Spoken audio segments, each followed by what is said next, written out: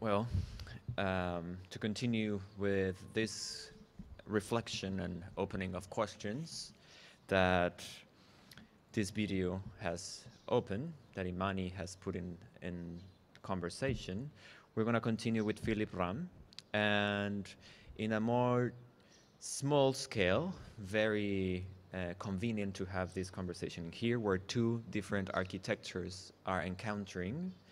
Philippe will talk about how this construction of museums architectures, with its white cube logics, with all the systems that action this white cube, specifically AC systems, electric systems, linking it to also climate change, climate crisis, and our role in this very necessary conversation to have. So Philippe, if you want to take the word. Just gonna read a brief bio of Philippe so you have a context. Philippe Rahm is an architect whose work extends architecture and meteorology into the context of sustainability. So let's talk about how can we make this art world sustainable.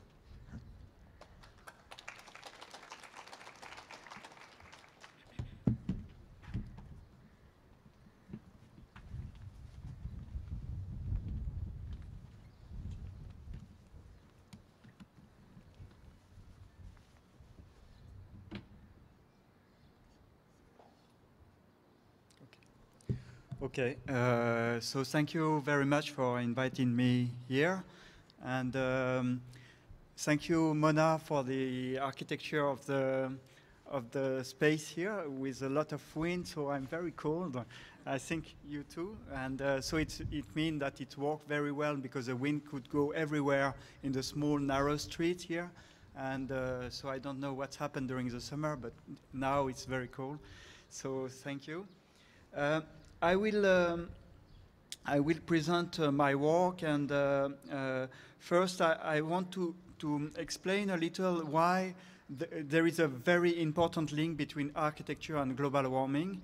And I think also it's very important to have a hierarchy of priority, because sometimes we mix all together and we are completely lost, and the people, they don't know what to do against global warming, because you have to be careful with the type of TV you buy, with the meat, with everything.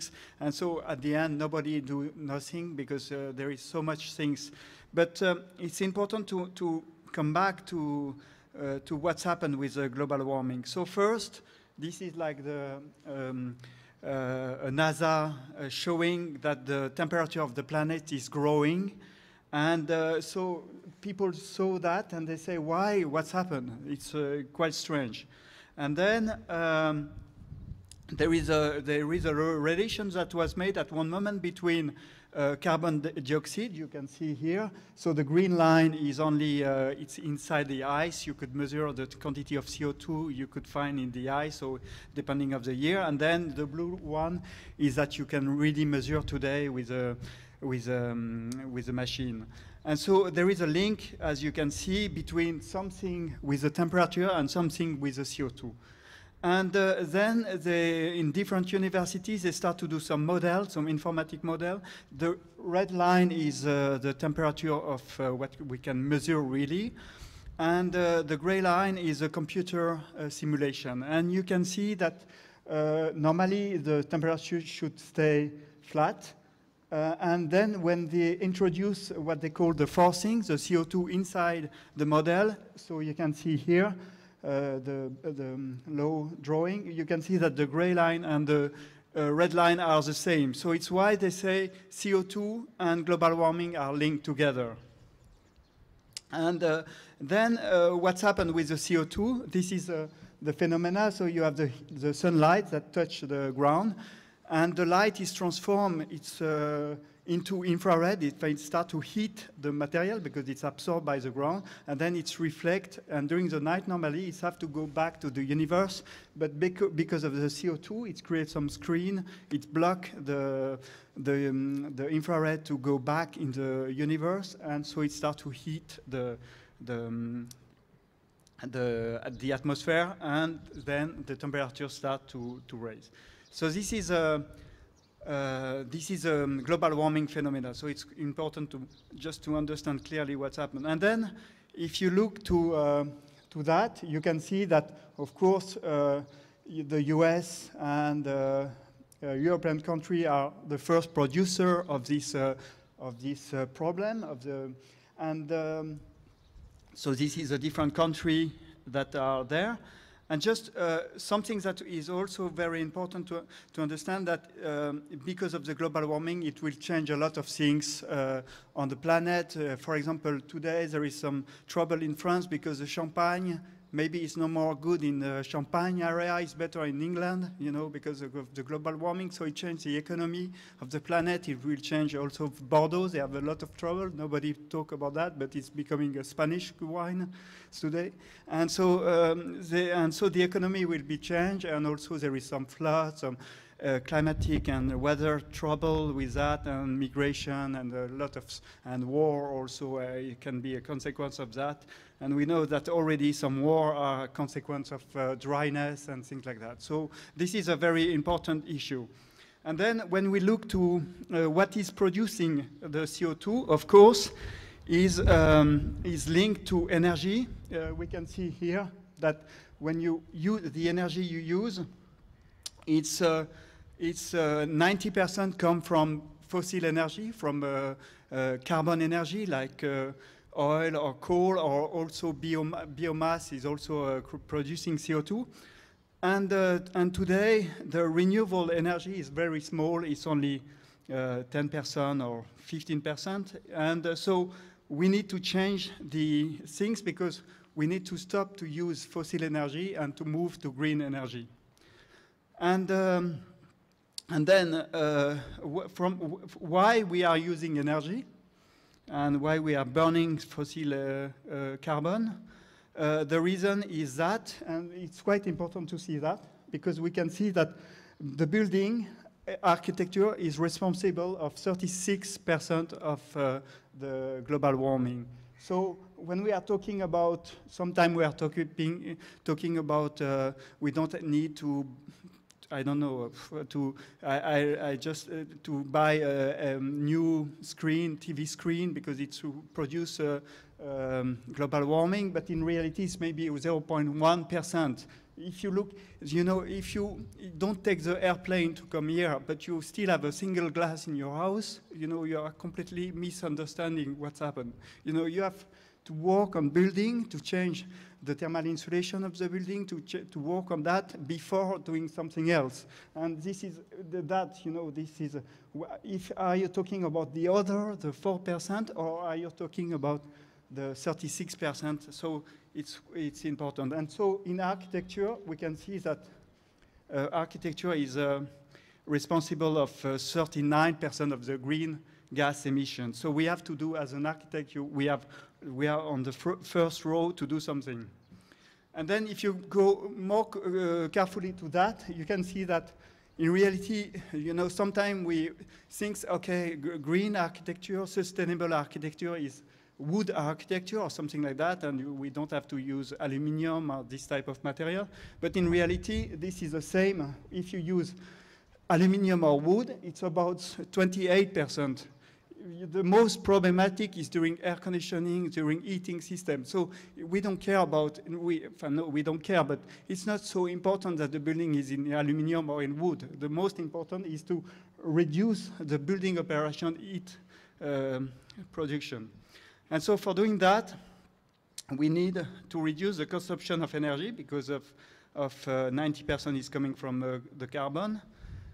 And this is this idea of the Swiss idea of to create a 2,000 kilowatt by person, so to reduce, and so some other part of the world could grow their consumption of energy. And for doing that, we need first to reduce the consumption of energy. Just to show that if we can reduce the consumption of energy in order to reduce the green gas emission and then to reduce the global warming by changing a few things.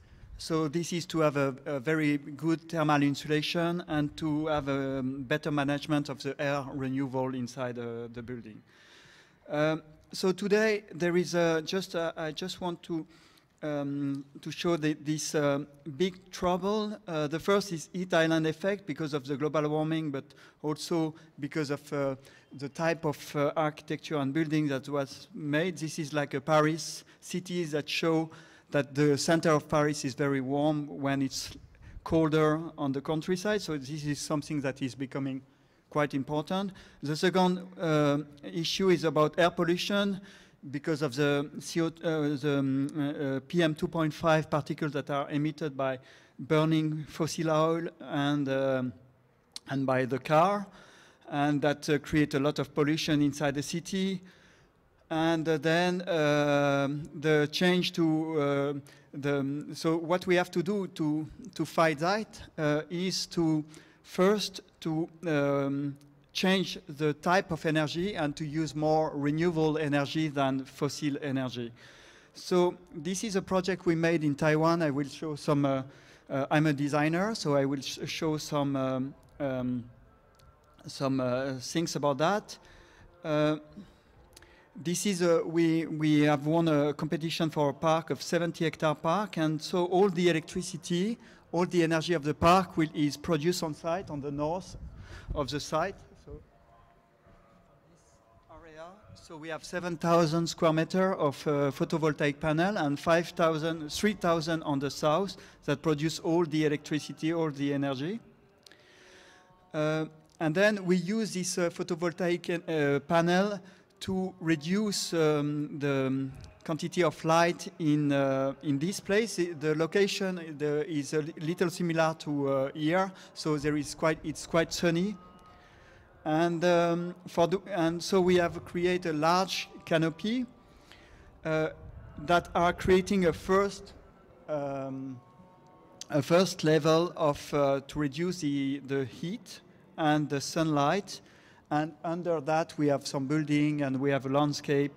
And so it's like to postpone a little the quantity of energy we receive in the moment, and to use it after that, later of that. So this is some image of this space. So this is like a large space, and under we have a landscape, we have some building moving that, and all these panels are producing the electricity. So it's a way of reducing the heat and producing the green energy without creating green gas emission.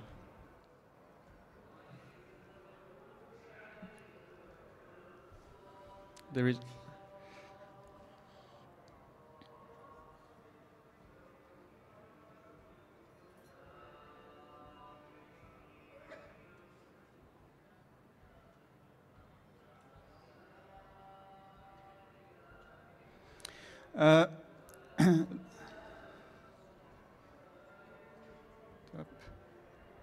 there is no more image, sorry.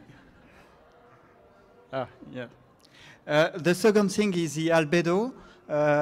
So the first is to change the type of energy, so to change from fossil energy to green energy. The second thing is more about heat island effect, to reduce the heat created by dark surface inside the city. This is what we can see here. If you have black asphalt area, or if you have a lot of trees, it's also a similar effect. It's create heat because it transforms the light into heat. If you have white surface, it's reflect, and so you can cool or not warm up the city. And this is what we have decided to have in this project. Everything is is white, and so we all a little like this type of architecture that we can also find in Greek island or in Yemen. In the roof of the Yemen building are white in order to reflect the heat. And then the second thing is the convective cooling. This is what I say here. So we can have the wind that evacuate the excess of heat of that. And then this is a thermal insulation, because you have it's warm outside and you want cold inside, so you have to block the transmission between the heat from outside to inside. And for doing that, we need to have a large thermal insulation, so like 25 centimeter, in order to block the conductivity between inside and outside. And so if we look carefully to that, we understand that in reality we can no more say today there is interior, there is exterior and interior. There is just gradation of interiority based on the thickness of the thermal insulation.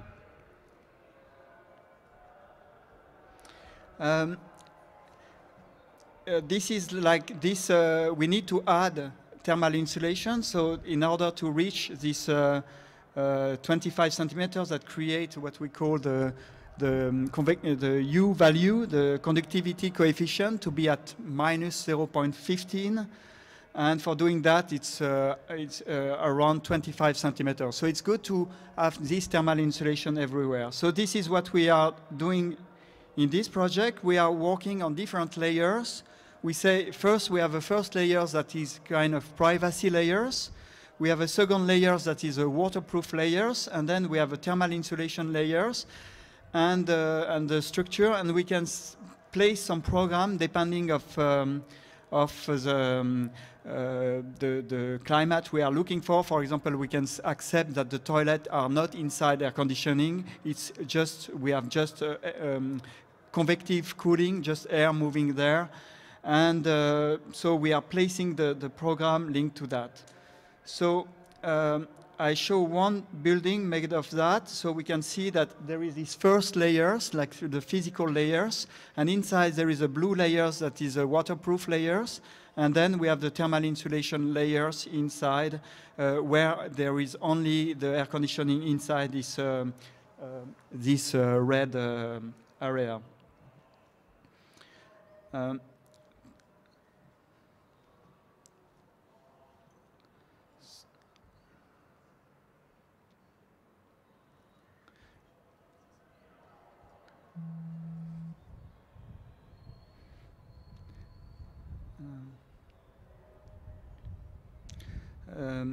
Yeah, so the construction is made of that. So we have these different layers that are creating the building. And here we can see some image of this building. So we have these first layers, like the photovoltaic panel. The second layers, you can see sometimes it's transparent, sometimes not. And inside that, we have the waterproof roof and waterproof membrane. And then inside that, we have also the thermal insulation. So it creates like a gradation of interiority.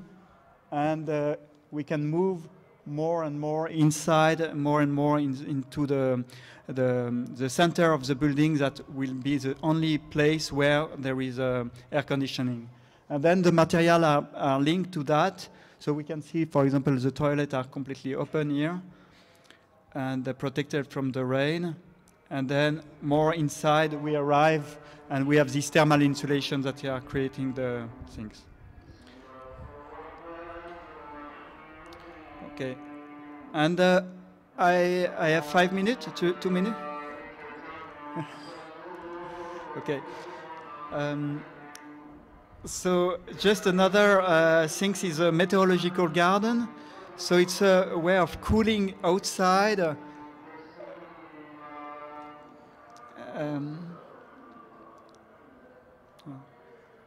Yeah. So cooling outside by using different technique of radiative cooling or evaporating cooling or convective cooling. This is what we have called this the meteorological for the climatic devices.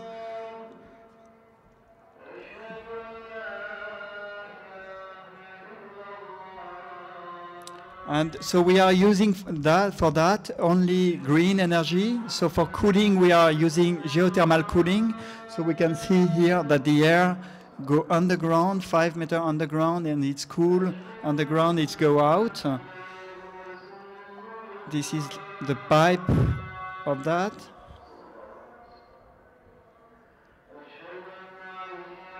And then this cool air that is activated by the photovoltaic energy go out. You can see the model here. And then this is like a cooling device inside the park.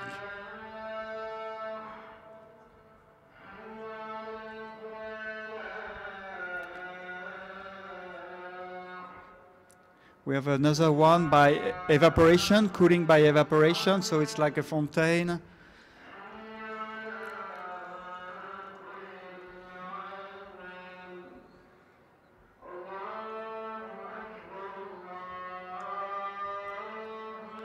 And by having some water, so there is a change of phase from liquid to gas, and it's take energy from the temperature of the air, and so it reduces. This is what we can find in Riyadh in Morocco, for example, when you have, or in Spain, when you have this type of fontaine that are cooling the temperature around the space with that.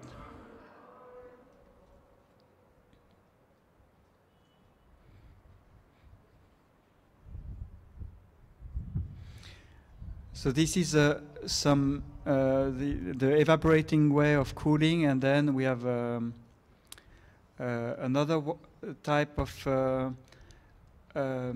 cooling by blocking the radiation. And this we can just see that if you look carefully to the light, so the most colder wavelength of the light is a violet one. It contains less energy. And so we propose here to keep only this wavelength, so to remove all the other one, the most hot wavelengths of the light, and to keep the violet one. So this is this cold light device. Yeah.